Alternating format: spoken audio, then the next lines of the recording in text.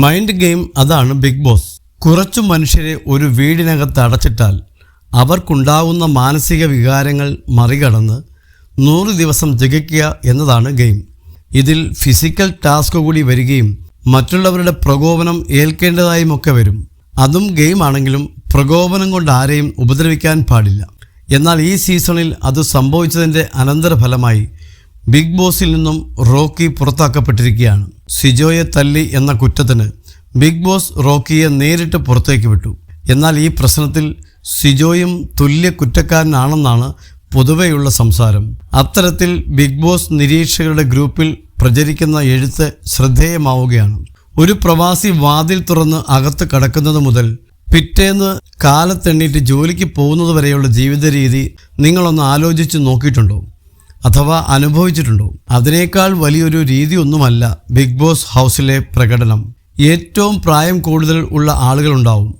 അവർക്ക് കൂടുതൽ ജോലികളൊന്നും ചെയ്യാൻ തീരെ താല്പര്യം കാണില്ല. മുൻ ജീവിതാനുഭവത്തിൻ്റെ പേരിൽ എന്നും എല്ലാവരെയും ട്രിഗർ ചെയ്യുന്ന സ്വഭാവക്കാരാണ് അവർ.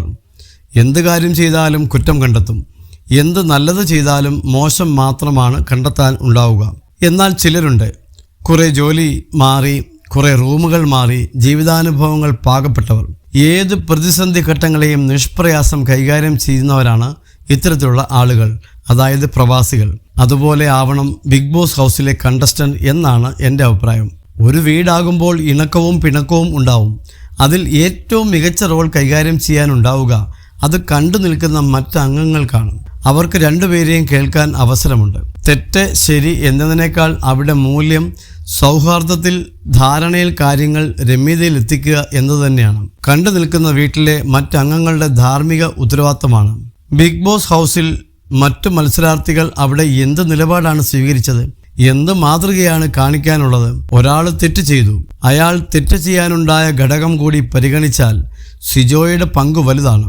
അവർക്കൊന്നടങ്കം സിജോയെ നോമിനേഷൻ ചെയ്യാമായിരുന്നു. അങ്ങനെയെങ്കിൽ തെറ്റ് ചെയ്യാൻ പ്രേരിപ്പിച്ചവനും തെറ്റുകാരനും ഒരുപോലെ ശിക്ഷിക്കപ്പെട്ടേനെ. ജീവിതമായാലും ഗെയിമായാലും മാനുഷിക പരിഗണന, തുല്യനീതി എന്നൊരു രീതി പോലും അംഗങ്ങൾക്കില്ലാതെ പോയി. ഇങ്ങനെ ഒരു പോസ്റ്റ് പോലും അരോചകമാണ്. അന്യായം നടന്നാൽ 2 രാജ്യങ്ങളെ ഒരുപോലെ ഉപദേശിക്കാൻ ഐക്യരാഷ്ട്ര നേതൃത്വത്തിന് അവകാശമുള്ളതുപോലെ 2 പേരെയും ബിഗ് ബോസ് കണിശമായി ഉപദേശിക്കണമായിരുന്നു. അതല്ലെങ്കിൽ വാണിംഗ് കൊടുക്കാമായിരുന്നു. ഇല്ലെങ്കിൽ മറ്റ് അംഗങ്ങൾക്ക് ന്യായം പറയാൻ അവസരവും വോട്ടും രേഖപ്പെടുത്താൻ സമയവും നൽകണമായിരുന്നു. 2 പേരും ഒരുപോലെ ശിക്ഷിക്കപ്പെടേണ്ടവർ എന്നാണ് എൻ്റെ അഭിപ്രായം എന്ന് ബിഗ് ബോസ് നിരീക്ഷകൻ പറയുന്നു.